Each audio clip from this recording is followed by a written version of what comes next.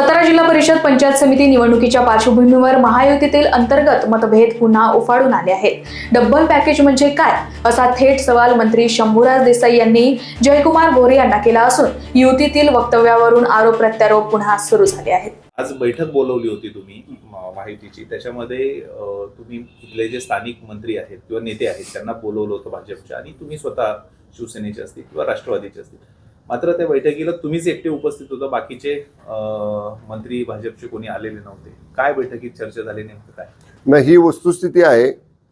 कारण जिल्हा परिषद पंचायत समितीच्या सातारा जिल्ह्यातल्या निवडणुकी संदर्भात महायुती करायची असेल तर पालकमंत्र्यांनी पुढाकार घ्यावा आणि पालकमंत्र्यांनी बैठक बोलवावी, आम्ही त्या बैठकीला जाऊ, असं भारतीय जनता पक्षाचे जिल्ह्याचे नेते सन्मान्य मंत्री महोदय श्रीमंत शिवेंद्रसिंह राजे भोसले हे या ठिकाणी बोललेले होते.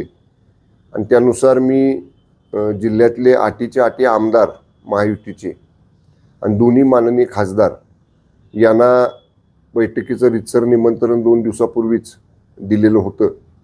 आणि मुद्दामून रविवार आहे, सुट्टीचा वार आहे, कुठल्याही मंत्री महोदयांना आमदार महोदयांना कुठल्या बैठका किंवा इतर काही महत्त्वाची कामं नसतात म्हणून रविवार गाठून आजच्या बैठकीचा दिवस निवडलेला होता.